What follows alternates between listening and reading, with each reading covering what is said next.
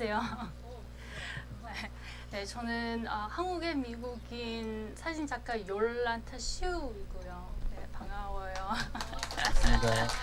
네, 저는 2017년부터 계속 한국에 있고 아마 그 인스타 보면 그 농부님의 사진 보면 자주 볼 수 있는 것 같아요.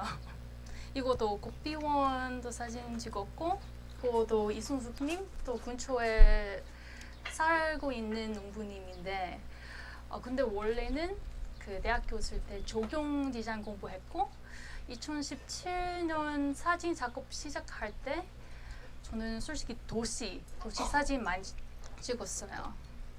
저는 그때 물레동 관심 많이 있어서 사진도 많이 찍었어요. 근데 저는 그냥 시골이나 도시 관심 하는 거 아니고 그냥 사람? Like the human condition, the way people interact with the environment. And I think I can trace that interest back to when I was a child. I was living in California, but also visiting my family in Hong Kong during the summers. And the differences in the scale and the architecture and the culture made me really want to understand how places affect people. So when Jibak-nim asked me to talk today, I was really interested in talking about actually the city's relationship with food, because the city doesn't produce any food. So I'm going to start with Hong Kong, because for me it's an interesting city because my family is from there, and it's a city but also a state that doesn't really have its own agricultural industry. And from the very beginning, actually, it was importing even its drinking water from China and pretty much all of its agriculture. But my family is very interesting because that's my grandmother in the middle of the picture. And actually, she ran a chicken farm in Hong Kong. Yeah, until about the late 80s, when her eldest son, the one on the right side, told her, it doesn't make economic sense anymore. China is about almost 9,000 times bigger than Hong Kong. And as of 2021, so 2 years ago, Hong Kong imports 95% of its food from overseas. Oh yeah, so on the picture on the right, that is Hong Kong. There's lots of mountains and it's quite rural actually. And my family's from Hong Kong, but I grew up in California in a very small town called Covina. And it's a town very famous for oranges. So even our town logo is an orange. And at the very top right-hand corner, that's our town. And the rest of that is all orange trees. It was where most of the most delicious oranges from California came from until about the 1950s, when the town stopped producing oranges. And when I was growing up here, we never got food that was from California. Everything was imported from overseas. We, at lunchtime at school, we ate pizza from like a plastic bag. The reason why I bring up these two cities is because the agriculture history of these two cities is very short compared to Korea.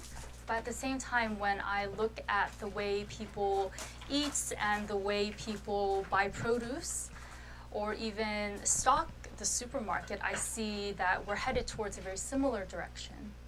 So up until about the 1950s in Korea, about 80% of people were working in agriculture. But I want to pose a question to everybody. What percentage of the population do you think works in agriculture now in Korea? 10%? 정답이요. 네, 10%입니다. 2021년은 10%. And for me, the scary thing is not the lack of people working in agriculture, but actually how much food then Korea imports. What percentage do you guys think Korea imports food? 70%? Oh, no, not that much. Yeah, about 55%. So from our perspective, from the consumer perspective, it doesn't matter much to us unless the price goes up. Have you guys noticed about the change in price of your food lately? 저는 2014년 처음 한국에 왔을 때 짜장면은 뭐 6,000원, 7,000원이었죠. 근데 요즘에 얼마예요? 9,000원. 9,000원. 치킨은 얼마예요? 2만 원. 근데 요즘에 소식 보면 4만 원, 4만 원 치킨도 있어요. And this is happening because we're very reliant on imports and from food that's produced outside of Korea, right? So about 2 years ago, we had the blockage in the Suez Canal. We had COVID. So that means it's very hard for imports to come in without quarantine. And of course, we have the war in Ukraine that's still happening. And Ukraine actually produces a lot of the world's wheat, corn, and also barley. About 10% of the world's wheat, 15% of the world's corn, and 13% of the world's barley. But what's interesting is that I don't think this is a problem of just cities that require all this food to be produced. Because the cities of the past actually used to be very well supported by their own local agriculture. So in the 14th century, we had the Aztec Empire. Tenochtitlan was one of their biggest cities. This is the largest city in the Aztec Empire. How many people do you think lived? The population was similar to Paris and London and the other great cities of the time. So how many people do you think lived here? 8 kilometers. 10,000?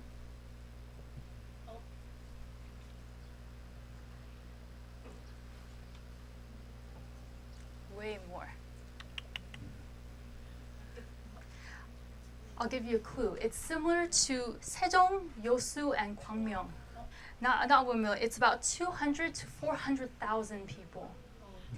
And this city was completely supported by its local agriculture. So they had terraced fields, but also something called chinampas. And when the cities got too large, what they would do is they would just start a new hub somewhere else, almost like a shindoshi. So this is what the chinampas look like today in Mesoamerica.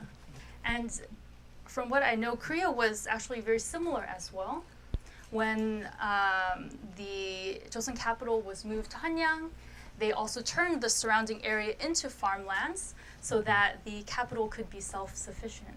And of course, there was trade between cities, and when one part of the country needed food, that was sent over. But for the most part, the current system, there's no way that if something were to happen and ports were to be closed, that any Korean city could support itself. And at the same time, as consumers, we also have very little control of what we can buy in the supermarkets or the local food stores. So, recently I see a lot more people, they are buying local, they are buying non-GMO, and they're actually going and actually meeting farmers to buy directly from them. And for me, the most interesting thing is actually the people who are actually doing urban agriculture. And this was actually gave a similar lecture about urban agriculture about 2 years ago. So I visited some individuals and communities that were doing urban agriculture. And these are just regular people, and they have some interest in agriculture, which is why they started to come together to do this rooftop garden. And I know, of course, our good friend Cha-Cha, who used to run this restaurant, was also farming in this little piece of land right next to his restaurant.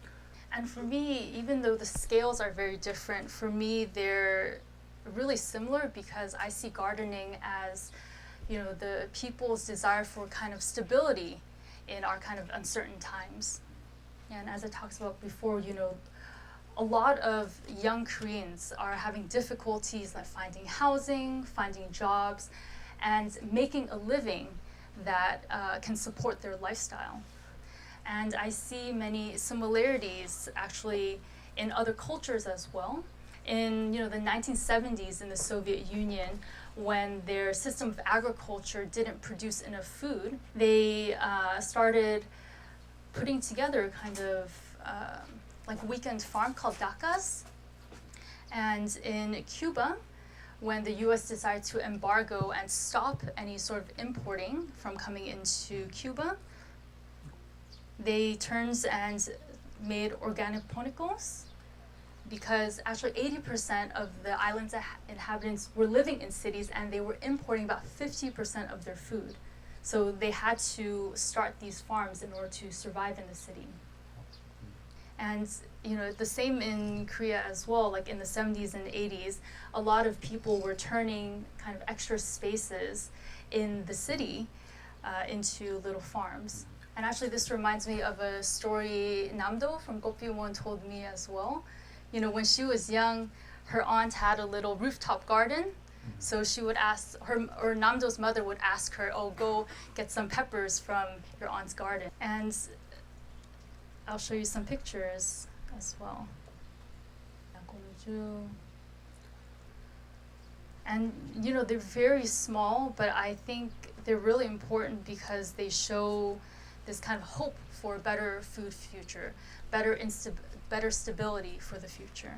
And I think it's really important to remember that, when we are kind of in economic, moral, or emotional turmoil, we always go to food to express ourselves. And I think we do this because the control of food is really a question of control of liberty, our freedom. There is a writer called John Stuart Mill, and he wrote in the introduction of his essay about liberty, he said, "Over his own body and mind, the individual is sovereign." When we can't control how we feed ourselves, like the peasants in the past, and even though we're living in a very democratic society, actually our food culture is not very free. And for me, these like little sidewalk gardens, they're not big. We can't really feed ourselves through them, but I think they're a testament to the power that each one of us has over our own food. So one last question for you guys. How many of you guys live in a city? Oh, maybe over 50%? Then I encourage you, if there's any space on your streets, in a parking lot, to grow something. It's not only for yourself, for your power, but it sets a good example for the people around you and for the next generation as well. 감사합니다.